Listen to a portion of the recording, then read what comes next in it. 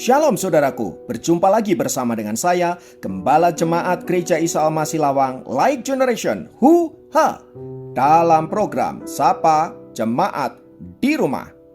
Tetap semangat, tetap berpengharapan, dan harus selalu yakin menjadi pemenang-pemenang di dalam Tuhan kita, Yesus Kristus. Firman Tuhan kali ini terambil dari 1 Petrus 2 ayat 12. 1 Petrus 2 ayat 12 berkata, "Milikilah cara hidup yang baik, supaya apabila mereka memfitnah kamu sebagai pelaku kejahatan, mereka dapat melihatnya dari perbuatan-perbuatanmu yang baik dan memuliakan Allah." Saudaraku, setiap kita manusia dari awalnya diciptakan dan disetting oleh Allah untuk melakukan hal-hal yang baik dan mulia. Akan tetapi, dosa telah merusakkan segalanya, sehingga manusia seringkali tidak bisa melakukan kebaikan, dan yang selalu mereka lakukan adalah hal-hal yang berkaitan dengan kejahatan. Seperti yang ditulis oleh Yakobus 4 ayat 17 yang mengatakan, "Jadi, jika seorang tahu bagaimana ia harus berbuat baik, tetapi ia tidak melakukannya, ia berdosa." Kalimat firman Tuhan di atas ingin menjelaskan bahwa pada dasarnya memang manusia diciptakan untuk melakukan hal-hal yang baik. Oleh karena itu, bila ia tidak melakukan hal-hal yang baik, ia dapat dikategorikan sebagai pribadi yang berdosa di hadapan Allah. Hal ini ingin mempertegas bahwa pada dasarnya Allah ketika menciptakan manusia, Dia diciptakan dalam rupa dan gambar Allah. Tentu di dalamnya ada unsur-unsur ilahi yang membuat manusia bisa melakukan kehendak Allah yang baik. Jadi sejak awal Allah tidak pernah menyeting hal-hal yang jahat ada di dalam diri manusia. Namun dosa telah memberi pintu bagi kejahatan untuk masuk ke dalam diri manusia dan tinggal di sana dan menjadi tabiat manusia. Itulah sebabnya manusia kemudian menjadi egois, serakah, jahat, angkuh, tidak peduli, dan senantiasa melakukan hal-hal yang tidak berkenan di hadapan Allah.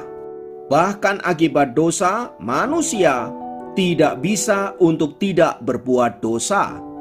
Jika demikian, pertanyaannya adalah, apakah rencana Allah untuk menjadikan manusia sempurna itu gagal? Jawabannya tidak. Manusia itu sendirilah yang menyebabkan dirinya sendiri jatuh ke dalam dosa dan hidup ke dalam berbagai-bagai dosa dan kejahatan. Dan untuk memulihkan keadaan manusia itu, maka Kristus rela datang untuk menebus seluruh dosa manusia. Dengan demikian oleh pengorbanannya kita dapat dilahirkan kembali. 1 Petrus 1 ayat yang ketiga. Oleh Kristus, sekarang kita kembali menjadi miliknya Allah untuk melakukan perbuatan-perbuatan baik yang Allah kehendaki dan untuk bersaksi memberitakan Injil Kerajaan Allah dan keselamatan yang datang daripada Tuhan. Karena memang untuk itulah manusia diciptakan sejak semula, yaitu untuk melakukan hal-hal yang baik yang datang dari Allah. Melalui firman Tuhan ini, saudaraku, kita diingatkan bahwa saudara dan saya diciptakan dari kebaikan untuk melakukan kebaikan. Karena itu, sesuai dengan 1 Petrus 2 ayat 12 tadi, milikilah cara hidup yang baik supaya apabila mereka memfitnah kamu sebagai pelaku kejahatan, mereka dapat melihatnya dari perbuatan-perbuatanmu yang baik dan memuliakan Allah. Karena itu, mari bertekunlah dalam berbuat baik dan semakin giatlah melakukannya menjelang hari Tuhan yang sudah semakin dekat. Sebab dengan cara yang demikian, sesungguhnya kita sedang memberitakan perbuatan-perbuatan Allah yang penuh kasih, perbuatan-perbuatan Allah yang besar dan perkasa itu, agar olehnya orang-orang yang hidup dalam kegelapan dapat melihat terang Allah, dan mereka kemudian memuliakan nama Tuhan. Kiranya Tuhan senantiasa menguatkan dan meneguhkan setiap kita untuk senantiasa melakukan kebaikan-kebaikan, karena untuk itulah saudara dan saya dipanggil untuk memuliakan nama Allah. Mari kita berdoa. Tuhan, kami bersyukur untuk semua kebaikan-Mu, dan biarlah kebaikan-Mu itu dapat kami nyatakan juga kepada orang-orang di sekitar kami dengan cara melakukan kebaikan pula. Biarlah olehnya kami boleh memuliakan nama-Mu, sehingga mereka dapat melihat perbuatan-Mu yang ajaib melalui setiap kami anak-anak-Mu. Terima kasih Bapa, terpujilah nama-Mu kekal selamanya. Dalam nama Yesus kami berdoa, haleluya, amin. Demikian program Sapa Jemaat kali ini. Sampai jumpa dalam program Sapa Jemaat yang lain. Tuhan Yesus memberkati.